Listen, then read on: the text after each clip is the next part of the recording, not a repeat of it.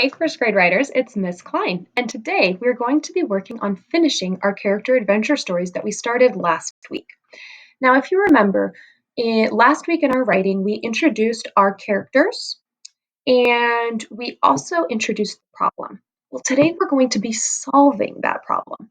All good character adventure stories have a problem, but they also make sure to solve it. Let's think to a pretty popular character adventure story. I'm thinking Finding Nemo. Now let's see. Finding Nemo is a story about a dad and a little fish. And the little fish gets lost, and the dad goes on a journey or an adventure to go and find Nemo in the deep blue sea.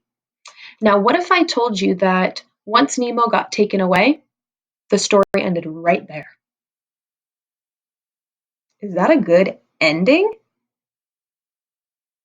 No, that would be a terrible movie. Nemo just gets taken and that's it? No way. We have to make sure that when we write our character adventure stories, our problem gets solved. So let's work together to do that today with Miss Klein's story that she started last week about Sally the snake and her friends at the pool. I'm going to read you the first couple pages that we already finished, and then we'll get into solving the problem. All right? So here's my first two pages. One day, Sally the snake was at the swimming pool. It was very hot outside. She saw her good friends, Rhonda the rhino, Jerry the giraffe, and Harper the hippo. So she slithered over to her friends to say hello. Hello, friends, said Sally. Do you want to join our handstand contest? They asked. Sally really wanted to, but snakes can't do handstands. She felt sad. Then Sally's friends noticed she was looking very sad. What's wrong, Sally? They asked. Sally told them her problem. After, her friends realized they needed to come up with a different game that included everyone. Right? So this is what I've written since this is what I wrote last week. All right, we're in the middle of my problem. Sally can't join her friends in this handstand contest because she does not have hands or arms. She can't do a handstand. She's a snake. So her friends are starting to think like we need to come up with a different thing to play, right? So I'm going to show you my next page, and the way that I started it is how you're going to start yours too, okay? So when you start solving your problem, you want to make it really exciting again. So I want you to try using this. Do you see what I have underlined here? All of a sudden. Listen to me as I read this page because it just sounds exciting from the very beginning.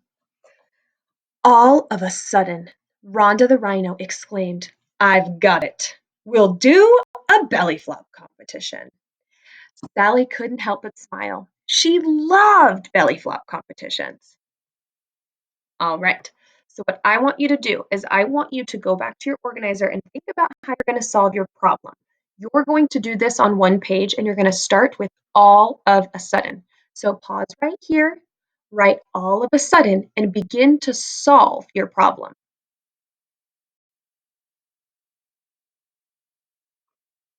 Excellent. All right, now we're going to go on to the last part. We've solved our problem. We just want to make sure that it's a nice, happy ending. So, look at how Miss Klein starts. In the end, can you see right here? In the end, listen to how this sounds. In the end, everyone was included and had a great time. The belly flop competition was a splash. Do you see how in the end made me able to end my story pretty easily? That's what I want you to do on your last page. In the end, and make sure that your problem is solved. All right? Excellent job, writers. We are going to spend tomorrow going through and making sure our writing is looking extra, extra, extra awesome, and we're going to make sure that our drawings are also looking great. So once you've finished with this, put your writing folder away, and tomorrow we will put our finishing touches on our writing. Right. See you next time, first grade.